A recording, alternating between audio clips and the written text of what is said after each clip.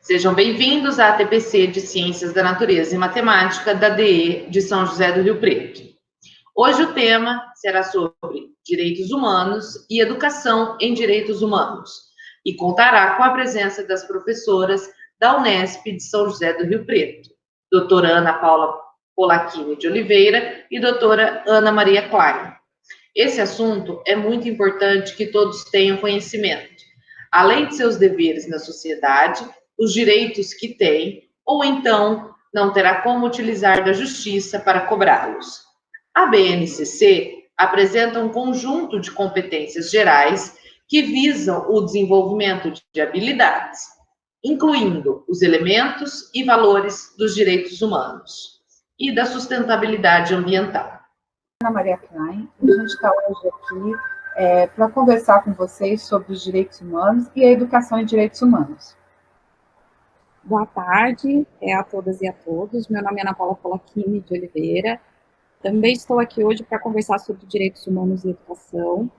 E a gente pretende aí fazer dessa forma, mesmo que remota, à distância, um pouquinho de diálogo com vocês sobre isso que são os direitos humanos e também isso que é a educação em direitos humanos a partir até de perspectivas que se complementam.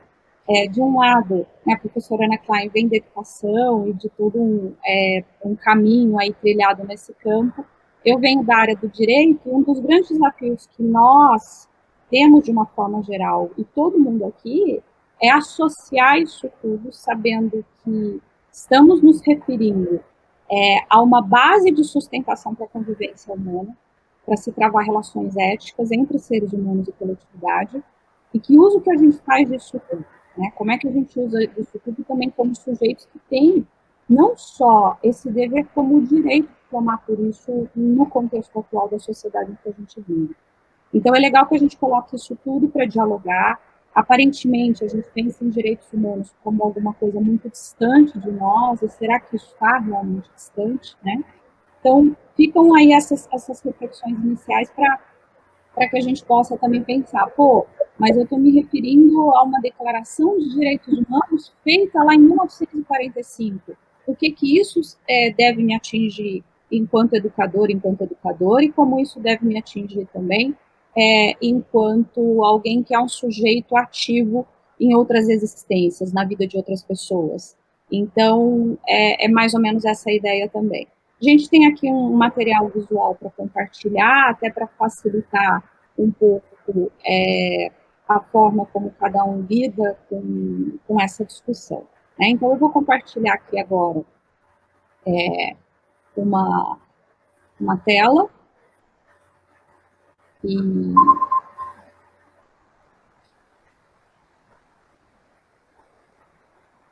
está dando para ver os slides? Tá. Legal. Então, a gente começa até dialogando um pouco e pensando, afinal de contas, que muitas das imagens com as quais a gente lida no nosso cotidiano, ou reproduções artísticas, em que medida elas estão distantes ou muito próximas de nós, Não seria nem um pouco complicado eu admitir que, para todo mundo, o evento retratado por Picasso causaria horror a todos, em todo mundo. Ninguém aqui negaria que isso se refere a direitos humanos. Todas aquelas existências impedidas, como é que isso, de alguma forma, estaria relacionado aos direitos humanos de uma forma geral. Ninguém negaria que isso é direitos humanos. E aí, se por acaso a gente começa a se pensar que individualmente, cada uma das pessoas nessa figura, nessa cena aí que é toda destroçada, mas imagina um rosto aí de alguém que a gente até condenaria globalmente por algum ato negativo que essa pessoa teria feito. Será que essa pessoa teria direitos humanos? O que leva a gente a perguntar o que são eles, os direitos humanos. E a gente poderia voltar até o início das relações humanas sendo retratadas por outros seres humanos, desde basicamente os tempos mais remotos para pensar em direitos humanos. Aqui a gente propõe um recorte que tem por referência um paradigma que é a Segunda Guerra Mundial. Por quê? Porque o que vem antes não é importante? Não, o que vem antes é muito importante, a gente vai acabar dialogando com a história, até porque ela não é linear, né? Então, temos aí ciclos que vão se repetindo, se revisitando. Mas que, aparentemente, a partir da Segunda Guerra Mundial, alguns novos desenhos passam a ser traçados em termos de direitos humanos.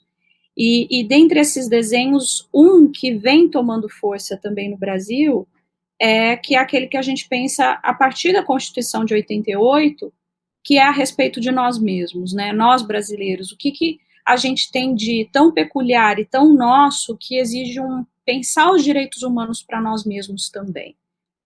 Ficam essas considerações iniciais, né? A gente pode dizer que, se a gente for buscar um conceito, hoje, do momento que eu acordei até a hora que eu cheguei aqui para conversar com vocês, eu posso pensar em inúmeras situações em que eu tenho direitos. A gente tende a pensar neles quando eles são violados. Então, por isso, quanto menos violação a gente passa, ou quanto menos situações de naturalização dessas violações a gente passa, menos a gente enxerga esses direitos e mais distantes eles passam a estar de nós. O que eu quis dizer com isso? Hoje eu não tive nenhuma violação de um direito meu. Eu utilizei minha internet, eu tenho a minha moradia, a minha alimentação, o meu trabalho, as minhas relações afetivas. Então eu não parei para pensar nos meus direitos. Ao mesmo tempo, muitas pessoas que não têm moradia, que não têm acesso ao trabalho, que não têm acesso à água potável, não têm a compreensão ou não se acham ou não se entendem titulares destes direitos. E a violação dos direitos dessas pessoas já foi normalizada. Então, para esses, fica difícil enxergar. E quando a gente vê alguma coisa errada acontecendo e a gente identifica, que aí a gente fala, nossa, olha os direitos humanos aí. E o fato de eu ter o meu não exclui o fato de você ter o seu e de todas as outras pessoas terem reconhecidas os seus direitos humanos, né? E a gente pode dizer que eles são os equivalentes às necessidades humanas fundamentais. O que a gente precisa de fundamental para a nossa existência? E, obviamente, que o que é fundamental para a minha seria muito diferente do que é fundamental para a existência de um outro colega. Por exemplo, vou pensar que não é meu colega, mas o Ike Batista. Então, o Ike Batista, sem o iate dele, talvez ele ache que as necessidades humanas fundamentais que ele tem não estariam sendo atendidas. Então, a gente não pode pensar também os direitos humanos nessa dimensão e nesse grau de comparação. Então, a gente está falando em necessidades humanas fundamentais que percebe aquilo que reconhece a nossa dignidade. Seja no meu plano material, porque vivemos em uma sociedade onde a matéria ela é importante, uma sociedade que acabou elegendo o capitalismo como caminho, né? Os nossos planos físico, psíquico, intelectual, espiritual, a gente poderia acrescentar o moral também, e não necessariamente se referindo ao moralismo. E aí isso tende a fazer com que a gente se volte para nós mesmos. Você fala, então eu tenho os meus direitos humanos e as minhas necessidades humanas fundamentais, e cada um deve ter a sua. Só que a gente vive num coletivo, e esse coletivo exige que a gente perceba o outro nas mesmas condições que nós mesmos, né? O que leva a gente a pensar também numa ideia de cidadania. E acho que essa é uma pergunta fundamental para se pensar direitos humanos. Uma filósofa muito conhecida e muito estudada, importantíssima na história dos direitos humanos, é a Hannah Arendt. E ela vai trabalhar a ideia de cidadania como, inclusive, o direito de ter direitos. Olha o peso dessa afirmação, o direito de ter direitos, como se alguém não tivesse direito de ter um direito. Eu não tenho direito de ter minha moradia, eu não tenho direito de ter a minha dignidade, a minha saúde. E se a gente reconhece o nosso direito de sermos titulares de uma série de direitos e deveres também, porque para todo direito vai ter um dever respectivo, a gente está dentro do contexto de cidadania. E há muitas pessoas que vêm sendo estrutural e historicamente excluídas do acesso à cidadania, da cidadania efetiva. A gente tem uma ideia de cidadania associada aos nossos direitos políticos, o direito de votar, o direito de se manifestar publicamente, mas também a ideia de cidadania associada à nossa plenitude enquanto ser humano. E é mais ou menos nessa linha que ela vai trabalhar. E existe aí um contexto histórico muito importante para a produção desses direitos humanos, e que caminha basicamente sendo reconhecido desde as revoluções burguesas, e a gente poderia voltar para antes delas também, para a Antiguidade Clássica, e seja na Antiguidade Clássica ou nas revoluções burguesas e na Revolução Industrial de uma forma geral, a gente começa a reconhecer a unidade do ser humano, né? Vem a ideia de sujeito de direito, vem a ideia de indivíduo, até do sujeito, né, no campo da língua portuguesa, com a primeira pessoa do singular sendo exaltada, isso começa a se desenvolver. E aí esse ser humano, ele passa a ter reconhecidos direitos e ocupar uma certa centralidade naquilo que a gente chamaria até da primeira dimensão dos direitos humanos. Um primeiro aspecto do direito de ser alguém, que seria aí os direitos associados à nossa liberdade. Viria uma segunda dimensão posteriormente, associada aos direitos de igualdade. Aí você fala assim, pô, mas por que dimensão? Por que primeira, segunda? O contexto histórico associado a essas revoluções, e vamos situar isso, se a gente quiser, inclusive, né, na Europa e posteriormente também nos Estados Unidos da América do Norte, elas estão intimamente ligadas ao exercício da liberdade. A liberdade de ir e vir, a liberdade de participar politicamente de um Estado que até então era extremamente abusivo ou que sequer existia. E aí esses direitos associados à liberdade, e que a gente dimensiona como os nossos direitos políticos e civis, foram os primeiros a serem reconhecidos. Seja reconhecidos por outros seres humanos, seja reconhecidos pelo Estado, e seja reconhecidos por uma coisinha que é super importante, principalmente a partir do século XIX, que é a lei, a norma. Então, eu tenho lá uma norma que vai dizer, olha, é preciso reconhecer a liberdade de outros indivíduos, as suas liberdades políticas, as suas liberdades civis. Só que de que adianta a gente ser livre e poder ir e vir, e poder nos expressar, se as condições básicas para a nossa existência nos são impedidas de acontecer, que são aqueles direitos associados à igualdade. Então, vem um segundo momento em que essas normas, o Estado e outros seres humanos passam a reconhecer os direitos de igualdade que estão associados a essa segunda dimensão. E nisso a gente já está falando praticamente no século XX, numa Europa industrializada, onde aqueles seres humanos que então eram livres não conseguiam exercer essa liberdade sequer para comer. Então era preciso garantir aquilo que a gente chama de direitos sociais. Num terceiro momento, começa a se desenvolver uma ideia mais conectada à coletividade, aquilo que na segunda metade do século XX é chamada aí de direitos de terceira dimensão, e que a gente associa até a perspectiva da fraternidade lá atrás como fundamento filosófico na Revolução Francesa. E aí a gente, a partir daí, quanto mais direitos a gente vai identificando, mais dimensões vão surgindo. Só para a gente pensar hoje, em pleno século XXI, a gente está debatendo o direito universal à internet, coisa que nem sequer se pensava nos direitos de primeira e segunda dimensão. Então, a gente vai galgando mais espaços em quarta, quinta dimensão, e tudo isso para quê? Dentro desse contexto histórico, para garantir ao ser humano dignidade de ser, né? Só que a gente não pode ter a ilusão de achar que isso foi dado para a gente, que foi simplesmente oferecido. Há várias perspectivas que fundamentam o reconhecimento desses direitos de primeira, segunda, terceira, quarta, e hoje a gente até diria de quinta dimensão, que estariam associados aí à paz, né?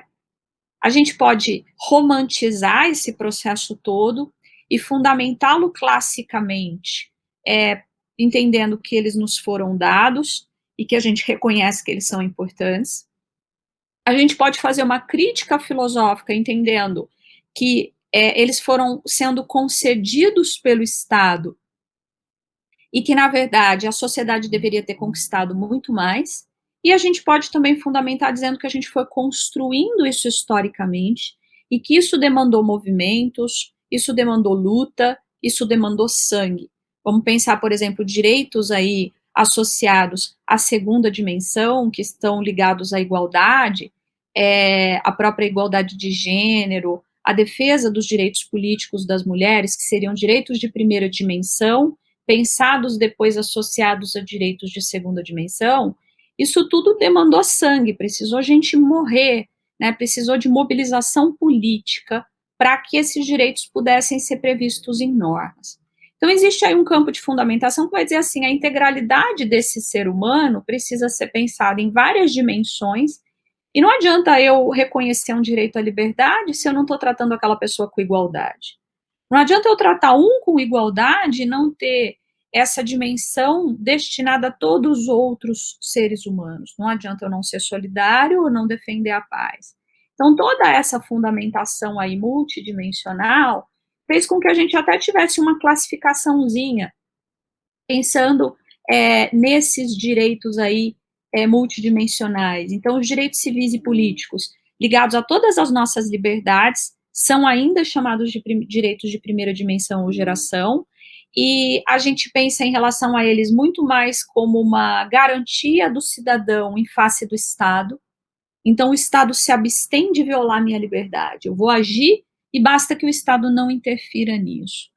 Numa segundo aspecto, os direitos econômicos, sociais e culturais que estão associados à igualdade e aos direitos de saúde, educação, previdência, lazer, trabalho, segurança, transporte, e todos esses direitos já não tem aquela dimensão negativa, Estado, não atrapalha aqui, o direito é meu.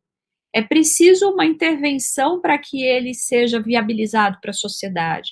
Então, a gente acaba pensando esses direitos como direitos de status positivo, ele demanda uma ação do Estado, e isso vem normalmente por via de políticas públicas. Quando a gente fala de política de educação, quando a gente fala de uma política social de saúde, por exemplo, associada à vacinação, quando a gente fala de uma política de ações afirmativas para a igualdade de gênero, a gente está pensando a partir dos direitos de segunda dimensão.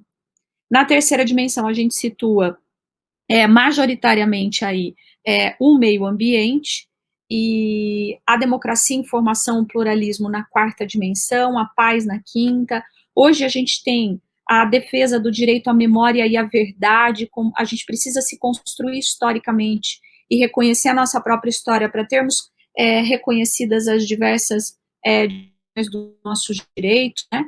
E aí eu disse logo no início da minha fala que a gente começa a pontuar esses direitos como que antes e depois da Segunda Guerra Mundial. E por que isso? Porque a Segunda Guerra Mundial evidenciou para todo mundo ver coisas que o mundo até já fazia, mas que ficou numa dimensão e numa proporção gigantesca, que foi a negação humana. Vem aí uma ideia de dignidade que ela é um valor inato de qualquer ser humano.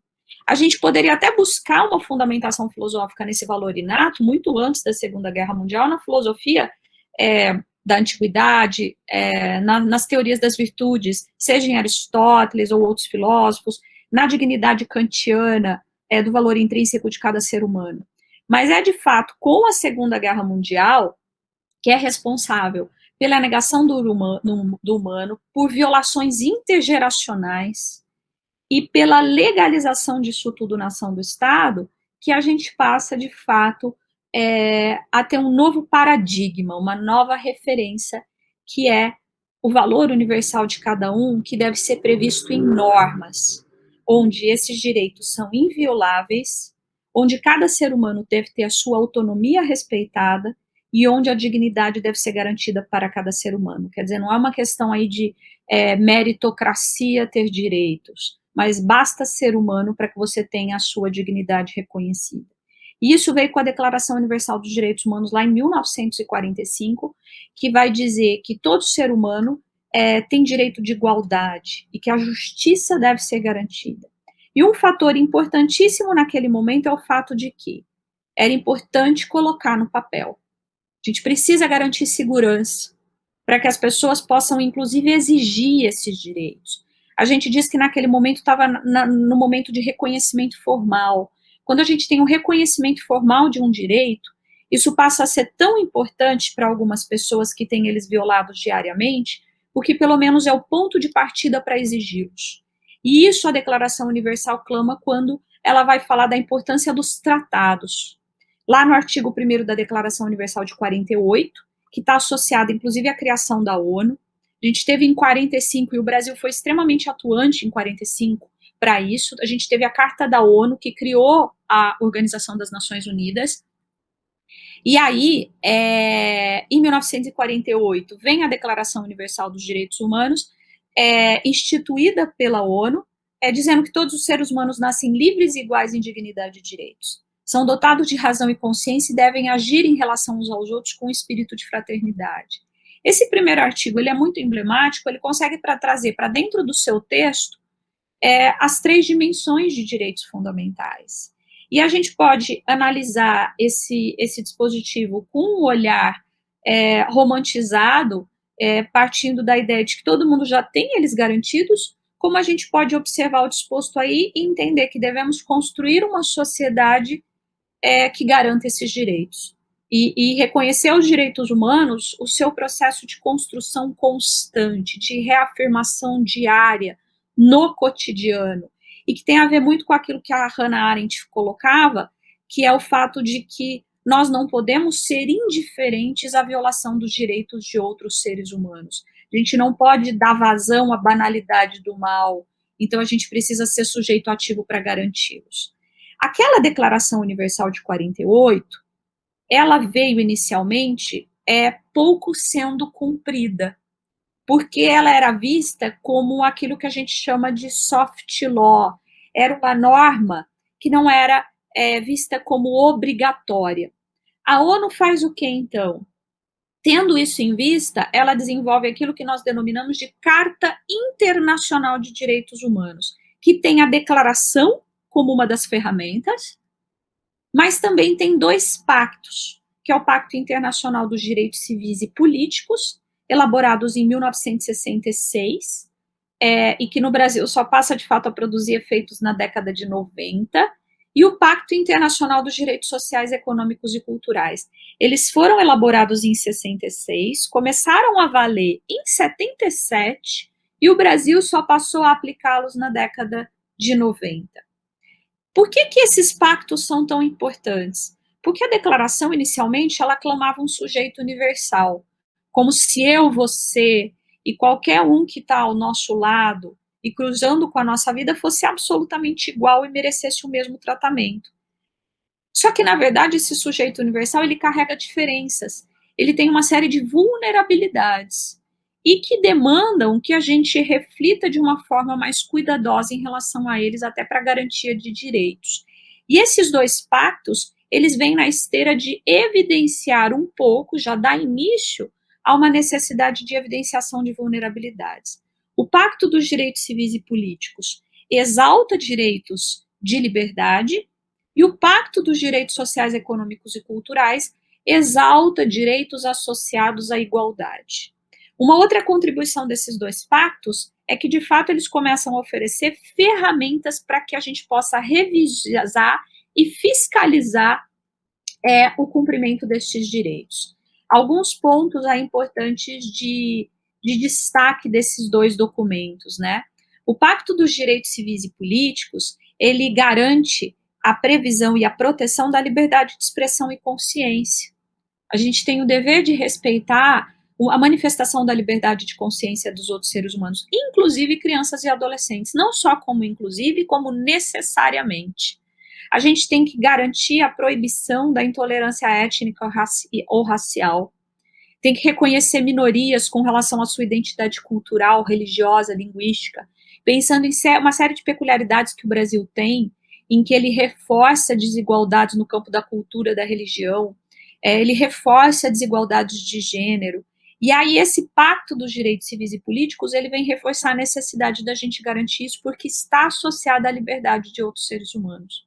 A gente não pode primar pelo ódio nacional, racial ou religioso, pela discriminação, hostilidade ou violência. Tantas práticas que ainda são comuns. E aí você pode pensar assim, mas todos esses direitos estão previstos nesse tratado desde a década de 70, reconhecidos no Brasil desde a década de 90, e o panorama atual da situação das coisas é de negação. Novamente, a gente reforça que estamos num processo de construção desses direitos fundamentais, e que aí, em seguida a esse pacto, a gente tem os direitos econômicos, sociais e culturais, e que trazem direitos que a gente necessariamente deveria estar usando agora nesse momento, inclusive de pandemia. Né? O acesso a recursos públicos para viabilizar direitos. Lembrem-se que eu falei que os direitos sociais do início do século XX, que os direitos econômicos, sociais e culturais exigem uma ação efetiva do Estado. Pois bem, sem dinheiro, sem recursos públicos, não tem como interferir nessa sociedade para garantir igualdade, melhores condições de trabalho, respeito à maternidade e à infância. Os índices de mortalidade infantil e de violação aos direitos da maternidade no Brasil são altíssimos. O Brasil já, inclusive, foi condenado nas Nações Unidas por conta disso. A garantia de previdência, de um envelhecimento saudável, alimentação, vestimenta, moradia, educação, a saúde, que a gente possa ter uma vida cultural e que a gente reconheça o progresso e a pesquisa científica, os avanços da pesquisa científica. Todo esse rol de direitos o Brasil não só reconhece, como ele transformou em norma, e são ferramentas importantíssimas para o nosso uso cotidiano. Né? Existem uma série de obrigações que o Estado brasileiro assumiu, inclusive a ONU tem produzido relatórios importantes, tanto a respeito dos direitos civis e políticos, quanto também em relação aos direitos econômicos, sociais e culturais, criando comitês. O Brasil ainda não reconhece alguns desses comitês, mas a gente reconhece algumas instituições no âmbito da ONU e da Organização dos Estados Americanos que recebem denúncias. E, ao mesmo tempo, esses pactos estabelecem tanto um dever para o Estado como para a sociedade para fazer cumprir esses direitos sociais, econômicos e culturais. Reconhecendo que os direitos sociais, econômicos e culturais e os civis e políticos ainda assim não evidenciam as nossas diferenças, é preciso entender que esse sistema tem criado, desde a década de 70, um sistema especializado de proteção, para que a gente possa identificar uma série de violações. E aí, sujeitos e grupos delimitados por esse sistema. Então, a gente tem a Declaração da ONU de 48, os pactos de 1966, todos eles em conjuntos a gente denomina de Carta Internacional dos Direitos Humanos. Só que ainda assim, têm sido celebradas uma série de outras convenções e tratados internacionais para reconhecer essas peculiaridades de sujeitos e grupos delimitados. O enfrentamento ao genocídio generalizado, a proteção de refugiados, a questão racial, a questão de gênero, infância, tortura, os direitos da pessoa com deficiência, os direitos da comunidade LGBTQI+, entre outros. Então, quer dizer, além dessa Carta Internacional de Direitos Humanos, nós temos, por exemplo, a Convenção Internacional para a Eliminação de todas as formas de violência e discriminação racial, para a eliminação de todas as formas de violência contra a mulher. A Convenção dos Direitos da Criança de 1989, que hoje é uma das convenções mais assinadas, mais de 189 países já assinaram essa convenção. Tudo isso pensando que existem sujeitos e grupos delimitados para a garantia desse sistema. E aí, de um lado, como eu mencionei há pouco, em todos aqueles dispositivos, a gente tem uma série de tratados que estão no âmbito daquilo que a gente denomina de sistema global, Declaração Universal, Pactos de 66, e essas convenções especializadas, por exemplo, a Convenção CEDAW, que é dos direitos da mulher. E, de outro lado, nós, enquanto Estado, o Brasil, ele também faz parte de um sistema regional que é o da OEA. E essa ideia da ONU se reproduz no sistema da OEA também, com a Declaração Interamericana de Direitos Humanos, que é o Pacto de San José da Costa Rica, e o Protocolo de São Salvador. A Declaração Americana trabalha os direitos civis e políticos. E o Protocolo de São Salvador, os direitos econômicos, sociais e culturais. E há algumas convenções especializadas, por exemplo, a de Belém do Pará, que trata dos direitos da mulher. E aí você pode pensar, mas são dois sistemas que são pensados em conjunto. E o regional traz peculiaridades que são associadas à América e à América Latina em especial. Dentre eles, por exemplo, os dados altíssimos de violência doméstica contra a mulher, coisa que na Convenção do CEDAW é muito mais ampla, né? E aí, pensando assim, você fala, mas quais são os desdobramentos disso no Brasil? Os direitos humanos no Brasil são consagrados na nossa Constituição Federal. E a gente já tem logo no primeiro artigo da nossa Constituição aquilo que é para ser um mantra mesmo da nossa prática cotidiana. Os nossos fundamentos, e dentre eles a cidadania, e dentre eles a dignidade, o pluralismo. Não dá para imaginar uma educação se essa educação não for plural, na medida em que isso é um fundamento da República, em que seja uma educação que não garanta o acesso à cidadania, porque isso é fundamento da República. E a base dos direitos humanos está aqui, reforçada também no artigo 3º, que fala dos objetivos da nossa República, em construir uma sociedade livre, justa e solidária, em garantir o desenvolvimento nacional, reduzir desigualdades e promover o bem de todos sem qualquer discriminação. E aí você fala, mas cadê os direitos fundamentais? Eles vêm esparramados em toda a Constituição Federal. O Supremo Tribunal Federal, que é o órgão judiciário que toma as decisões em relação à aplicação do direito no Brasil, já disse que independe da localização. Mas a gente tem, a partir do artigo 5º, os direitos civis e políticos se estendendo até o artigo 14, e o artigo 6º falando dos direitos sociais, e depois se desdobrando lá no final da Constituição, com um capítulo reservado para cada um dos direitos sociais, dentre eles o direito à educação. Essas aqui são, né, algumas considerações gerais que a gente pode fazer em torno dessa noção geral aí de direitos humanos, para a gente poder entrar na perspectiva de educação em direitos humanos.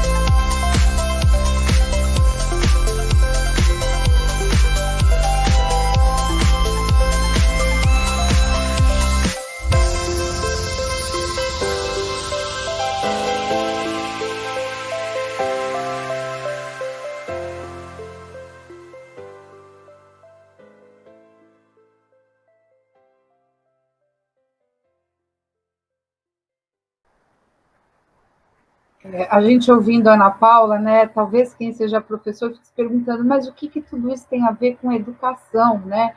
A gente está falando de direito, de norma, de Constituição, qual a interface dos direitos humanos com a educação? Né? Não sei se vocês já perceberam que no Brasil, na maioria das vezes, quando a gente fala de direitos humanos, a gente está falando de violação, né? Então, é algum direito humano que foi desrespeitado. E como é que a gente trabalha para não falar só de reparação dos direitos violados?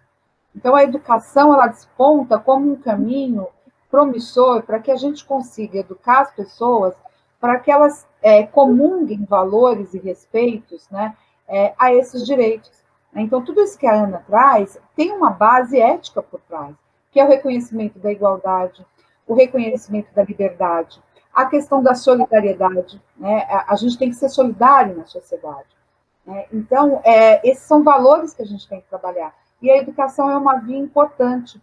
Por quê? Porque a gente pode formar as novas gerações a partir dessa visão de mundo, uma visão dos direitos humanos. Então, estrategicamente, né, se a gente quer um país que respeite e promova os direitos humanos, né, se a gente quer sair desse ciclo de violação, a gente precisa da educação como uma via estratégica. E nós, professores, a gente tem um papel importantíssimo nas nossas salas de aula. Né? Eu vou compartilhar com vocês uma apresentação de slide também, para trazer alguns pontos importantes para a gente refletir sobre, afinal, de que educação a gente está falando quando a gente pensa nos direitos humanos. Né? Qual é o caminho, qual é o sentido dessa educação? Tá dando para ver, Ana? Tá, sim. Tá, então tá bom. Então vamos lá. Eu vou trazer primeiro uma reflexão sobre a questão de direitos humanos e humanização. Né? A educação, ela tem uma tarefa, que é a tarefa de humanizar as pessoas. Né? Então, não é porque a gente nasce biologicamente humano, né, que a gente está humanizado. Então, o educar implica um ideal de vida. Né? Quando a gente educa, a gente tem um projeto. Que sociedade a gente quer? A gente vai educar a partir de quais valores? Né? Qual é o caminho que a gente vai percorrer? Então, essa é uma dimensão ética da educação. Quais são os valores que definem a nossa humanidade? Que cidadão a gente quer formar? Né? Quais valores a gente tem que utilizar e fazer valer dentro da escola, no ambiente escolar? Né? Então, são perguntas que estão permeando o nosso cotidiano de professor o tempo inteiro. Eu trouxe um texto que foi encontrado após a Segunda Guerra Mundial num campo de concentração nazista. Eu só vou pedir para a Ana desligar o microfone dela, porque eu acho que está dando retorno aqui para mim. O texto dizia assim: prezado professor, sou sobrevivente de um campo de concentração. Meus olhos viram o que nenhum homem deveria ver. Câmaras de gás construídas por engenheiros formados. Crianças envenenadas por médicos diplomados. Recém-nascidos mortos por enfermeiras treinadas. Mulheres e bebês fuzilados e queimados por graduados de colégios e universidades. Assim, tenho minhas suspeitas sobre a educação. Meu pedido é: ajude seus alunos a tornarem-se humanos.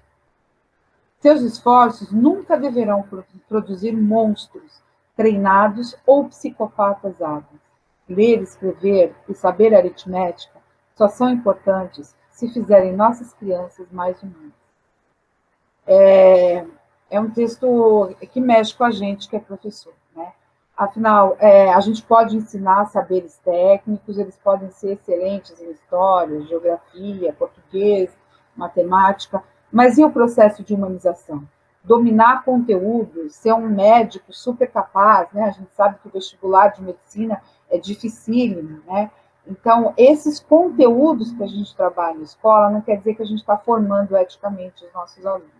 Né? Se a gente tem que fazer a transmissão desses conteúdos todos, que nós, sociedade, elegemos como importantes para a formação dos alunos, a gente tem que se preocupar com isso que essa carta aponta.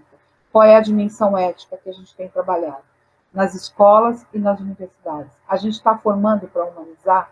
Né? A gente está formando pessoas sensíveis? Né? Como é que pessoas que passaram por processos formais de educação foram capazes dessas atrocidades que aconteceram na Segunda Guerra Mundial. Então, qual é o sentido da formação? E esse processo de formação humana, né, a gente tem como base a incompletude humana, o inacabamento humano.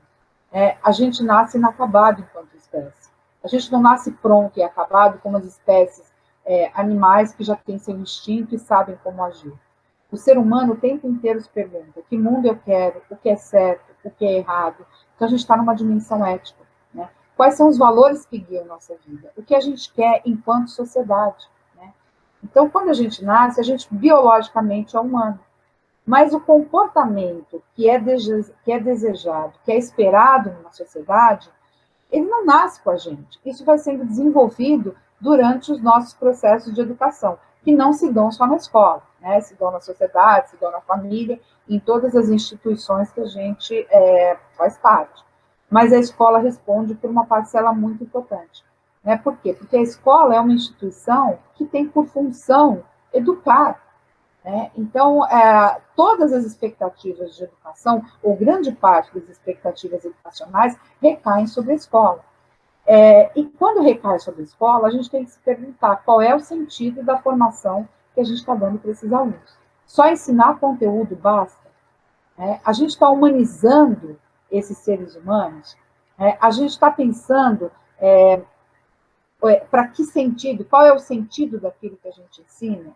Não só dos conteúdos, mas das atitudes que a gente tem em sala de aula, das maneiras como os alunos se relacionam entre si, como a gente se relaciona com os nossos alunos, há valores éticos por trás de tudo isso. E tudo isso está formando esses meninos e meninas que estão na escola. Então, a gente tem que se questionar. Né? E essas ações, elas têm que ser intencionalmente desenvolvidas. Eu tenho o tempo inteiro me questionar, será que o que eu estou transmitindo enquanto valor aqui com essas ações são os valores desejados socialmente? Né? Será que quando a gente fecha os olhos para quando um aluno ofende o outro com xingamentos racistas, esse é um sentido desejado? Né? Então, a gente precisa olhar para essas relações que acontecem na escola o tempo inteiro, porque há valores por trás. Né? São valores humanos que a gente está deixando que floresçam na escola? Porque só a aprendizagem, né, que nos torna capazes de viver numa sociedade da maneira como a gente idealiza, né, com respeito, aí no caso que a gente está propondo, é uma sociedade que respeite os direitos humanos. Né? Então, a educação é vista muito mais do que uma formação técnica para o trabalho, mas como um processo de humanização. É um se tornar humano. Né? E esse tornar-se humano, ele não se dá isolado. Paulo Freire fala, a gente se torna humano num processo de conscientização do ser humano no mundo. A gente está inserido numa realidade social, numa realidade que a gente pode e deve, não só nos adequarmos à realidade, mas a gente fazer parte da realidade no sentido de transformar. Então, muitas vezes os professores dizem assim, eu estou formando para ele se adequar à sociedade. Se adequar à sociedade ou entrar nessa sociedade para poder transformar? É aceitar as violações de direito, as desigualdades, as violências que estão aí, ou é enxergar, ser crítico e poder atuar na transformação? A proposta de educação em direitos humanos vai nesse segundo sentido, é atuar na transformação, não é legitimar e se adequar ao mundo que está aí. É a gente tentar transformar essas relações, que são relações que violam os direitos humanos, que desrespeitam a dignidade humana, que são de desigualdade e de violência no nosso cotidiano. Portanto, pensa-se um processo de educação em direitos humanos como uma via, como eu falei no início da apresentação, uma via potencialmente favorável para que você consiga formar pessoas com essa lente dos direitos humanos. Para que tudo isso que a gente discutiu enquanto fundamento dos direitos humanos exista de fato nas nossas relações. Não é só uma questão de norma, de lei, tem um aspecto de valor, porque não adianta dizer que somos todos iguais. Eu preciso, de fato, acreditar que somos iguais. E por mais diferente que o outro seja de mim, ele é igual em dignidade. Como a Ana disse, direitos humanos não é uma questão meritocrática, eu não preciso merecer direitos. Eu tenho os direitos por ser humano, mesmo que essa pessoa seja totalmente diferente de mim. né? E, às vezes, essa questão ela é muito complicada, pois você nega o direito do outro, ele é tão diferente e contraria tanto alguns valores pessoais seus, que você quer negar o direito do outro. Né? E a gente precisa reconhecer que o outro é tão gente quanto eu. Ninguém é melhor do que ninguém. Então, nesse sentido, o Brasil, né, tem um histórico aí da educação de direitos humanos que é formalizado, né, entre 2003 e 2006 com o Plano Nacional de Educação em Direitos Humanos. Né? Esse é um documento importantíssimo, né, porque ele firma o compromisso do Estado com a EDH, com a Educação em Direitos Humanos, enquanto uma política pública. Então, o Estado brasileiro adota a educação em direitos humanos como uma política pública. Em 2010, a gente tem o Programa Nacional de Direitos Humanos 3, o PNDH 3. E esse programa, ele é extremamente detalhado, eu aconselho vocês a lerem, né, porque ele traz ali quem são os responsáveis, quais são as ações com todos os responsáveis e implicados ali. Então, é um programa muito bem construído. E esse programa ele tem um eixo que é dedicado à educação e cultura em direitos humanos. E em 2012, a gente tem uma resolução do Conselho Nacional de Educação, via Conselho Pleno, que estabelece as diretrizes nacionais para a educação em direitos humanos. Vindo do Conselho Pleno, significa que ela vem da Câmara de Educação Básica e da Câmara de Ensino Superior, ou seja, vale para toda a educação, da educação infantil à pós-graduação, para todos os níveis e modalidades de ensino. Né? Então, as diretrizes são um passo decisivo. Vocês veem, em 2003, 2006, a gente tem o Plano Nacional que firma o compromisso do Brasil, né, com a educação em direitos humanos. E em 2012, as diretrizes, elas tornam obrigatórias, né, porque a diretriz não tem o peso de lei, mas tem um caráter mandatório. Né? Então, os sistemas de ensino são, desde então, obrigados a ter a educação em direitos humanos. As universidades têm que incorporar isso na formação inicial, as escolas têm que levar isso para dentro do currículo, né? E os professores que já são formados, eles precisam de uma formação em serviço, né? Porque a formação inicial, ok. Então, por exemplo, sou professora do curso de pedagogia, né? Os alunos têm educação em direitos humanos como uma disciplina obrigatória. Então, quem está se formando já teve isso na universidade, mas quem se formou antes, né? Não teve. Então, são necessários cursos para os professores saberem o que é e poderem trabalhar com a educação em direitos humanos nos currículos. Como é que a educação em direitos humanos está definida nesses documentos?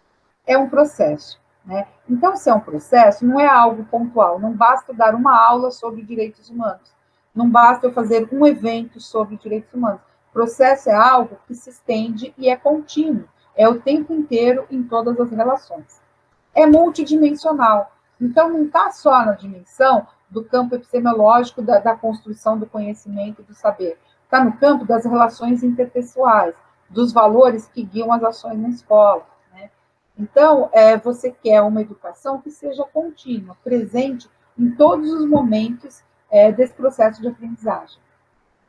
A IDH, portanto, não é um tema que a gente vai tratar na escola, é um modo de vida, porque tem que orientar toda a convivência escolar.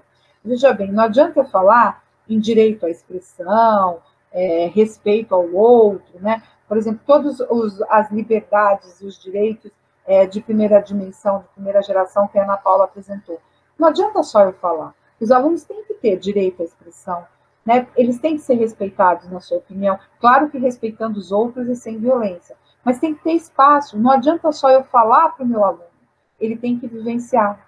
Né? Não adianta eu falar em dignidade humana, quando muitas vezes os alunos não têm água encanada e não têm papel higiênico no banheiro. Como é que eu vou falar de direitos humanos e falar de dignidade humana se o ambiente escolar não promove direitos? Então, não se trata só de conhecimentos a serem transmitidos, mas da vivência de direitos na escola. Direito de participação e organização. Os alunos se organizam? Eles conseguem reivindicar? E veja bem, a gente tem um direito, né, torna o objeto desse direito exigível. Né? Então, toda vez que a gente tem um direito reconhecido, eu posso exigir aquilo. Por que eu posso exigir uma escola para o meu filho? Ah, não tem vaga na creche. Não, mas eu posso exigir, porque é um direito, né? É um direito reconhecido. Mas eu só vou exigir se eu conhecer esses direitos. Então, a gente deve se perguntar, né? Que espaço a questão dos direitos tem nas nossas escolas? Que cidadãos a gente está formando? A gente está formando cidadãos que são conscientes dos seus direitos e que vão poder reivindicar? A quem interessa que as pessoas não conheçam seus direitos? Interessa alguém? Muito provavelmente. Porque se eu não conheço, eu não reivindico. Então, os alunos têm que aprender, né, a se organizarem, eles têm que conhecer os direitos deles, porque depois, que cidadão vai ser esse? Né? Eu preciso cobrar o meu direito. Né? Como a Ana colocou, tudo cabe nos direitos humanos. Né? Todas aquelas gerações de direitos, a gente tem direitos ambientais, os direitos econômicos, sociais e culturais, a gente tem que exigir isso. Né? Então, a gente conhecer os direitos, né, nos empodera, porque isso se torna algo consciente. Né? A gente se entende enquanto um sujeito de direitos. E isso tem que estar na formação do nosso aluno. Né? A formação para a cidadania pressupõe esse conhecimento dos direitos. E em que momento está presente, não só em conteúdos que a gente ensina, mas na própria organização do ambiente escolar. Os alunos estão tendo seus direitos respeitados, eles estão sendo incentivados a se organizarem em grêmios. E, nesse sentido, eu estou falando de mecanismos democráticos, porque você não consegue pensar em direitos humanos fora de um ambiente democrático. E ambiente democrático não entendido como a maioria, porque senão é a ditadura da maioria. Obviamente que existe um papel da maioria aí em algumas escolhas dos processos democráticos, mas a gente tem que respeitar o direito das minorias, respeitar o direito de todo mundo. Então, esses processos democráticos, eles têm que ser vivenciados em sala de aula, em todos os momentos, até na aula que eu dou. Não adianta eu dar uma aula sobre democracia e não permitir que o aluno faça uma pergunta durante a aula. Então, se trata também das nossas atitudes, dos conteúdos, obviamente, mas das atitudes que a gente tem e da maneira como a escola se organiza. Bom, como é que eu desenvolvo a educação em direitos humanos? A educação em direitos humanos, ela tem 3 dimensões, conhecimentos e informações sobre os direitos humanos, eu preciso conhecer. Então, por exemplo, toda a apresentação da Ana Paula, ela traz esses conhecimentos e informações sobre direitos humanos. Os nossos alunos têm que conhecer isso. Valores.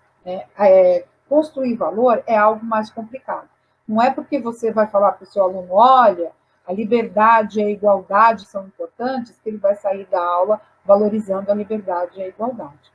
Numa perspectiva de desenvolvimento moral construtivista, a gente vai entender que os valores, eles são construídos a partir daquilo que a gente vivencia.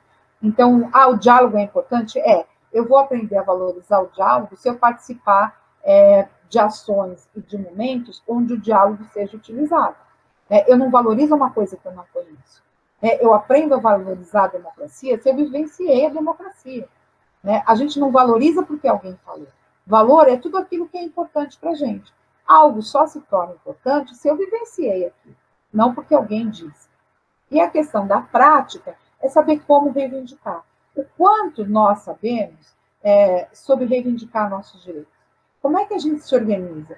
Quantas vezes a gente tem direitos violados e a gente não sabe o que fazer? Para quem eu reclamo? Onde eu vou? Onde eu denuncio? A gente precisa saber o que fazer. E, ao mesmo tempo, a gente tem que desenvolver algumas competências, no sentido, eu preciso saber me expressar, eu preciso saber organizar o grupo. Então, isso é importante também. Portanto, a gente não pode ficar só na questão de transmissão de informações. Eu tenho que estar atenta a todos esses outros momentos que acontecem na escola e que fazem parte da formação dos nossos alunos. Então, um dos maiores desafios que a gente tem é esse ambiente educacional que promova direitos, onde os alunos consigam, no cotidiano, vivenciarem esses direitos.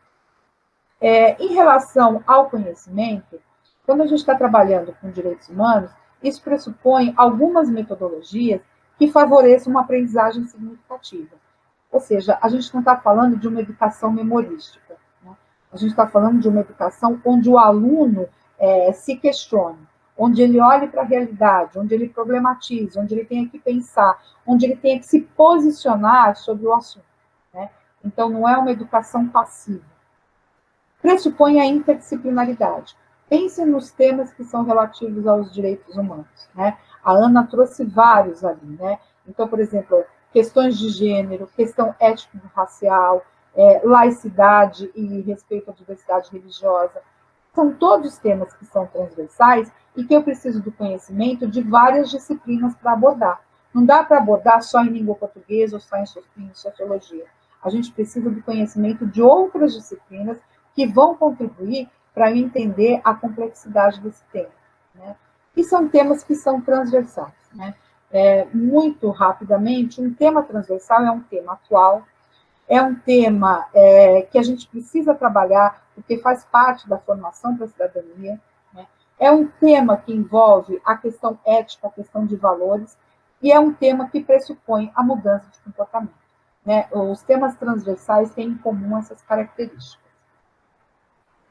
Bom, então quais são os conteúdos que a gente trabalha dentro da educação em direitos humanos na sala de aula, né? A Ana falou da Corte Interamericana de Direitos Humanos, a gente tem também o Instituto Interamericano de Direitos Humanos, né? E eles fazem relatórios, né, sobre a América Latina e o Caribe, e eles têm relatórios que vão focar a questão da educação. E num desses relatórios, eles estabeleceram 3 níveis de conteúdos para a gente trabalhar os direitos humanos: o max, o intermediário e o mínimo, né?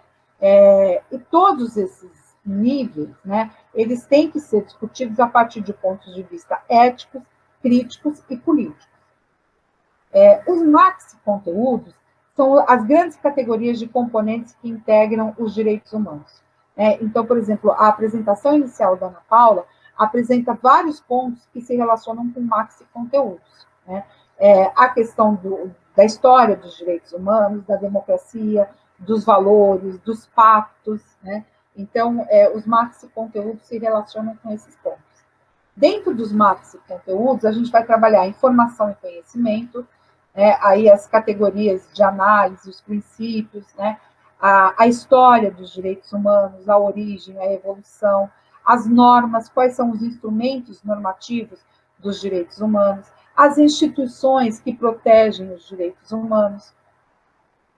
Dentro da dimensão ética de valores, a gente vai trabalhar com valores que têm a ver com a dignidade, com a integralidade, com a identidade, com a liberdade, a justiça e a equidade, a igualdade e não discriminação, solidariedade e cooperação, participação, o pluralismo, o desenvolvimento humano, a paz e a segurança.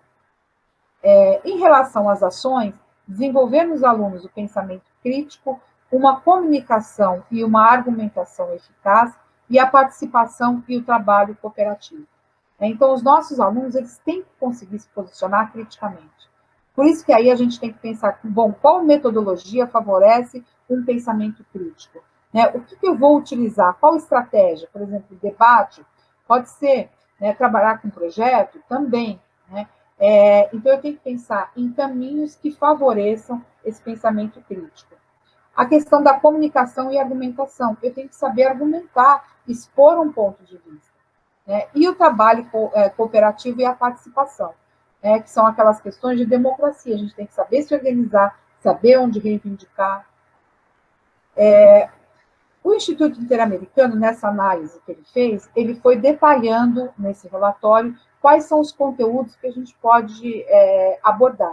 Eu não vou ler todos, depois a gente disponibiliza os slides, né? Mas, por exemplo, conceito de direitos humanos, definição dos direitos humanos, características, a questão de preconceitos e estereótipos, diferentes tipos de discriminação por sexo e idade, a história dos direitos humanos, aí trazer a ONU, a Declaração Universal, a Convenção sobre os Direitos das Crianças, trazer a questão de democracia, os direitos humanos na Constituição Política do país.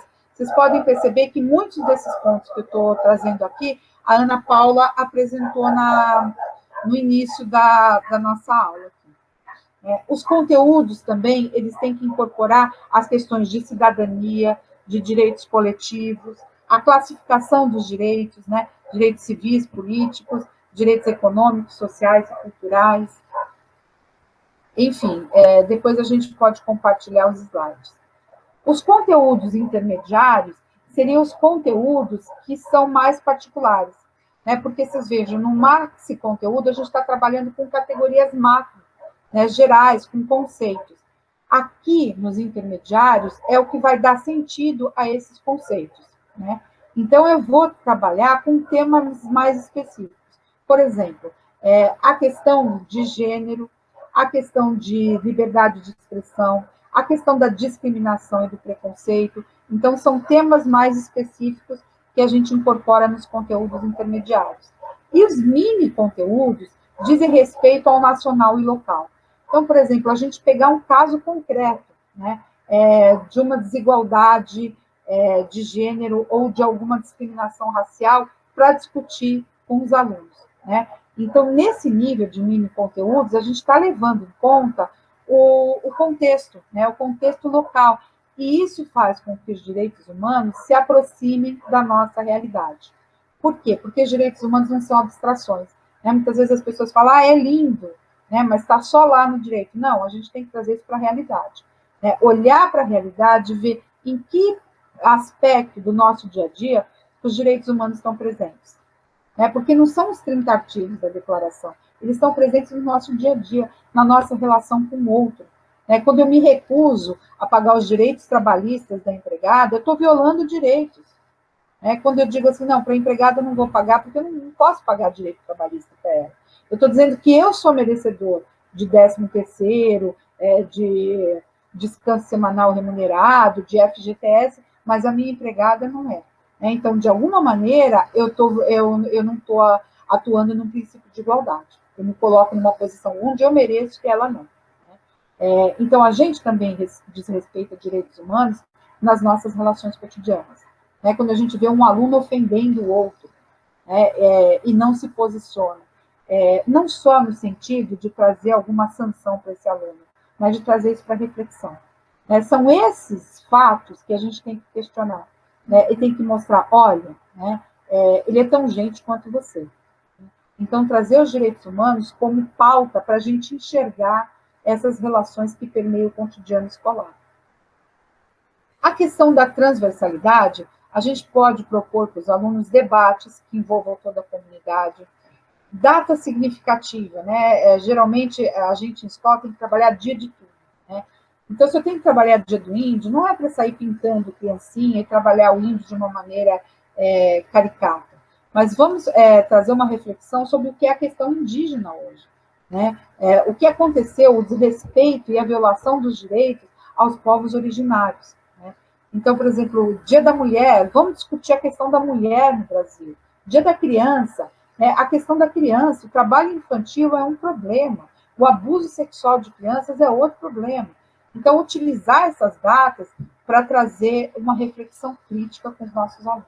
Né? Cine debate é sempre muito interessante a gente trazer filmes para serem discutidos à luz dos direitos humanos. Então, a gente assiste o filme e vamos problematizar a partir dos direitos humanos. Campanhas e ações, né? Agora tem acontecido muitas campanhas por conta da pandemia, né? Então, direito à alimentação saudável, a questão de segurança alimentar, né? Direito ao lazer também, né? As pessoas têm direito ao lazer, à cultura. Então, vamos fazer campanhas. Fazer filmagens com os alunos sempre dá muito certo. Filmar o cotidiano para poder pensar os direitos humanos a partir disso. Posição de fotos, de desenhos na escola para envolver alunos de todas as turmas. Organização de atividades que valorizem a diversidade cultural, racial, religiosa do nosso país. A gente tem que entender que o diverso não é nem melhor e nem pior, ele é diferente. Porque muitas vezes a gente acaba valorando e achando que o diferente é pior. Né? O bom é o que a gente pensa, é a nossa cultura. Né? A gente tem um olhar etnocêntrico, a gente parte do nosso e acha que do outro não serve. Né? E a questão não é valorar achando melhor ou pior, mas é entender que é uma outra forma. Né? E também envolver a comunidade. né, nessa questão de direitos. A gente fazer um debate abrindo para a comunidade toda. Então, a gente tem vários caminhos nessa questão transversal. A questão da cidadania, né, é importante nessa convivência dentro da escola, pensando numa vida social e política, né, porque essa questão da cidadania implica nos estudantes terem espaço, onde eles possam ter relações dialógicas e possam participar de reflexões, de discussões, de elaboração conjunta de normas, né? Geralmente as normas da escola, poucas vezes são discutidas com os alunos, elas são apresentadas. Para os pequenos são os combinados, só que ninguém combinou com eles, já veio tudo pronto. Então, precisa ouvir os alunos, né, na hora de elaborar a norma. Quando a gente se sente parte, né, quando a gente participa da elaboração de normas, a capacidade ou a probabilidade de respeitá-las é maior. Né? Pensar nesse esforço de cidadania é um esforço coletivo, envolve a todos da escola. Né? Discutir os direitos e as responsabilidades dos estudantes, né, de maneira conjunta, discutir o ECA, né, quais são os direitos de criança e adolescente. Tem uma lei, né, que fala que a gente tem que trabalhar o ECA nas escolas, porque as crianças e adolescentes têm que conhecer seus direitos. Né? A Ana falou, né, a gente tem que dar voz às crianças e aos adolescentes também. Né? E o papel ativo de todas as pessoas na comunidade. Né? Então, são alguns processos importantes para a gente trazer para dentro das escolas. Né? E, por fim, né, a gente tem que pensar que os direitos humanos, eles estão falando de relacionamentos, das relações que envolvem pessoas e instituições, grupos, as pessoas com o Estado. Né? Então, eles não são só leis, né? Eles são culturais, eles são históricos, eles são sociais, eles são políticos, e eles estão no nosso dia a dia. Né? A gente tem que, é um exercício interessante, né? Pensar e refletir em quais momentos dos nossos dias ali a gente está tendo direito violado ou direito respeitado. Né? Quais dos nossos direitos estão sendo violados ou não. Né? A Ana Paula começou a fala dela trazendo isso, né? Dos direitos que ela teve ali respeitados no vida dela. Né? Então, eu não estou falando só de transmissão de informação, eu estou falando de muito mais. Eu estou olhando para a realidade de uma maneira crítica. Né? E os direitos humanos, eles são dinâmicos, eles estão em constante discussão. Então, a Ana trouxe a DUD, né, a Declaração Universal dos Direitos Humanos de 48, mas depois disso ela foi pontuando, né, os tratados que vieram depois, né, falando de direito de mulher, de direito da criança, direito dos povos originários, direito à educação, enfim, são várias outras cartas da ONU, aí, tratados, enfim, que vão abordar os direitos, especificando esses sujeitos de direitos. Né? Então, a gente está sempre falando de contextos reais e não de abstração. Né? E esse é um ponto importante, então, quando a gente vai trabalhar com os alunos nas escolas. Então, de maneira geral, né, o que a gente pode trazer para vocês aí é que os direitos humanos se apresentam como uma via importante, né, por meio da qual a gente pode formar as pessoas enquanto sujeitos de direitos. Né, mas isso depende de uma ação intencional e passa muito pelo nosso papel de professor. E da gente pensar por que os direitos não estão na escola. Se a gente está formando para a cidadania, a quem interessa esse obscurantismo em relação ao conhecimento dos nossos direitos e o preconceito que existe em relação aos direitos humanos. Então, depende de cada um de nós. Eu acho que era isso. Não sei se a Ana quer falar alguma coisa para a gente encerrar. Deixamos aqui registrado o nosso agradecimento ao PCNP Marcos, de Filosofia e Sociologia, por compartilhar um assunto pertinente a todas as áreas do conhecimento. Lembrem-se de preencher e enviar o formulário de presença, pois este será registrado na sede CAD Formação. Obrigada.